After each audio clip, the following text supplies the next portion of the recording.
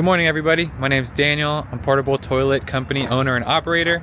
Today we're in Scottsdale, Arizona at the PSAI Nuts Bolts Conference, and I'm on a mission to get you guys some advice for people just starting a business or looking to get into the porta potty business. So yeah, let's go. So the PSAI is the Portable Sanitation Association International, and they put on this event every year. It's called Nuts and Bolts.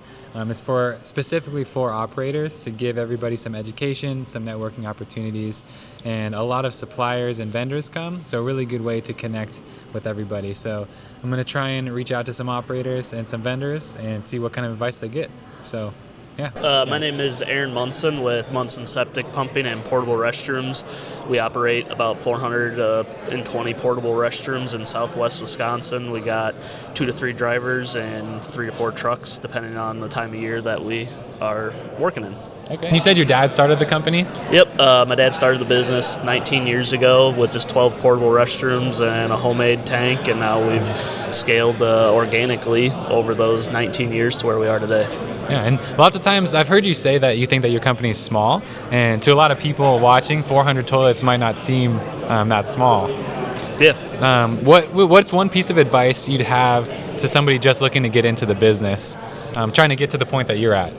My piece of advice to anybody getting into the business from like an ownership perspective would be to know what your end goal is with the business. There's certainly nothing wrong with growing to 10,000 units, and there's certainly nothing wrong with just maintaining 100 units by yourself. Mm-hmm. It's a very rewarding industry, no matter what your goals are, but knowing where you want to be in 1 year, 5 years, 10 years, 20 years, whenever you're at retirement age is good, so you have that roadmap for your business. We didn't always... Dad started doing it as a part-time thing on Fridays, and that was what it was supposed to be. We didn't have goals to have 4 or 5 employees, but we got to that point, and it created a lot of headaches for us. So we've had to stop and reevaluate our goals for the business to meet where we are and go where we want to go in 5, 10, 20 years. So having that roadmap of where you want to be at the end is good for, maintaining your business from day one. Yeah, absolutely. Keep that end goal in mind. I like that. Thank you. Thank you. My name's Charlie. I operate A1 Toilets out of Calumet, Michigan. Way up at the tippy top up here. Took over 6 years ago. They had a little over 200 units. We built it up to over 600 now. Okay, nice. We run about 5 trucks all summer with a couple septic trucks. We employ 7 people in the summertime and all the way down to 1 in the wintertime because it gets pretty slow with the snow. But that's me. Dang, only 1 person in the winter? 1 person in the wintertime. I answer the phone, but I got 1 driver in the winter, and it goes from really, really busy to almost dead, right? Almost nothing. So, yeah. If for somebody just looking to get into the business, maybe start a new company, or somebody who's a lot smaller than you, what's one piece of advice that you'd give to them? Customer service and quality of service. So if a customer calls, they want to talk to somebody, they want to talk to an answering machine. That's what we found out is, I think the biggest thing for me is releasing control a little bit. We finally hired an office person who is there all the time, and they answer the phone and they do callbacks. And that has been the biggest thing that we found customers really appreciate is if they call and we miss the call, somebody's calling them back and asking what they need. And that's, and then right on top of that is quality of service. So if you got a clean portable toilet, people want to use it, they'll call you back. And for sure. Is there anything that you feel like you do different than your competition when you're talking out in the field, like service technicians? Again, I'll lean back in the customer service. My guys, they really like to get to know their customers. We operate in a very small area, so everybody knows everybody. And my guys like to be a part of that too, so we treat it as a small family, and they get to know their customers, then customers get to know us, and they know what we're all about. And yeah, I think my guys, just in general, we get a lot of calls about our service techs who go above and beyond just to improve the experience. Yeah, for sure. And I got to give a shout out to Charlie for being a subscriber. Absolutely, you betcha. But thank you so much for the advice. Yeah, awesome. Thank you. Thank you. My name is John Saenz. I'm with Southpoint Rentals out of Kingsville, Texas. And we have about 900 plastics and a fleet of 9 trucks. Okay. 9 trucks now, yeah. Okay. If somebody was just getting into the industry, what's one piece of advice that you'd give to them? One piece of advice I would give would be to know your customer, do your homework and really look into your area and see what's going to work, what's not going to work, or what hasn't been working and what you need to do to make yourself really stand out. That makes sense. Yeah, very cool. Appreciate it. Thank you. How's it going? It's great. How are you? I'm doing good. Good.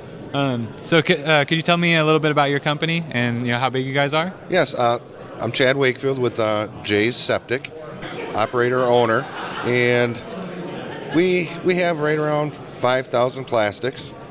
That's a lot. Yeah. It's but we have a great team to support that. You guys are a pretty big company. What is one piece of advice you'd give to somebody just starting, just getting into the business? I would have to say individual detail, job site details, and know your employees. So know what has to be done, and it's a service company, so you're going to have to cater to individual needs. Yeah, I like that.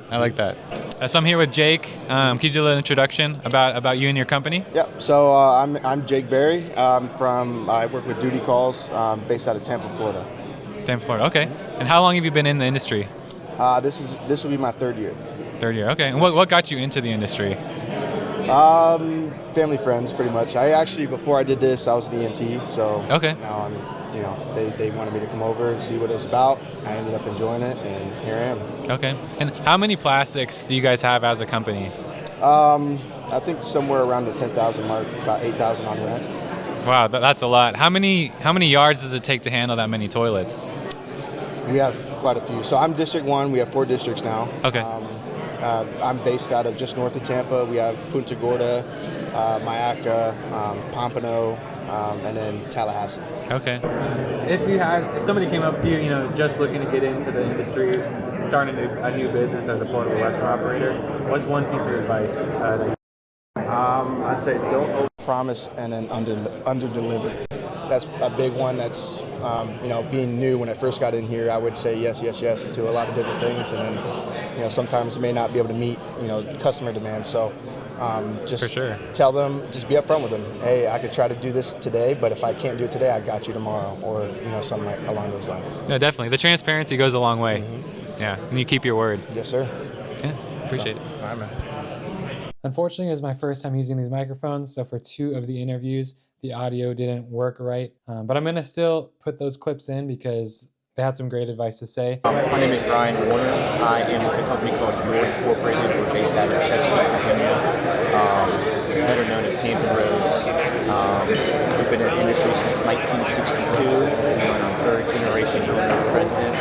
I've been with Eure for about 9 years now, and I run our corporate tour. How many toilets do you guys have? How many trucks does it take to service on it? But any given time of the year, we have anywhere from 3,000 plus units on rent, and that's including our special event season as well.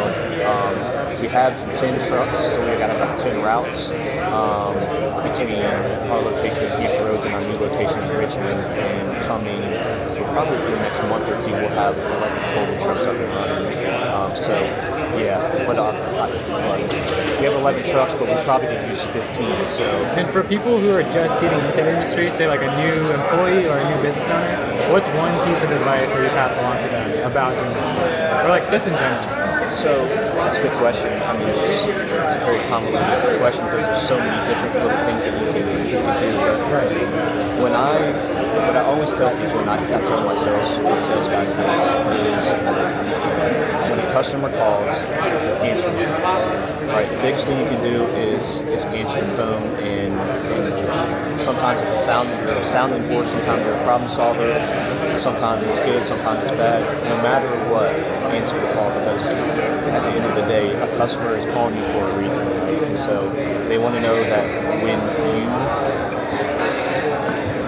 you go to earn their business, and they say, all right, Daniel or Ryan, I'm trusting you, that I see the value in what you're bringing to the table, right? And so when I have a problem, or when I have a need, or I just need some advice, when I call your number, I want to know that I can get you, not some 1-800 number, or you're going to pass me along to your admin, or to your office manager, or to your dispatch. I'm calling you because I want to talk to you about that person relationship with you. So I always just say, answer your phone. That's the biggest thing, the biggest ability that you have is availability, right? So be available, answer the phone, be a sounding board, listen to the requests, and just respond to whatever needs they may have. So that would be my biggest takeaways. Is keep it simple, answer the phone. Thank you.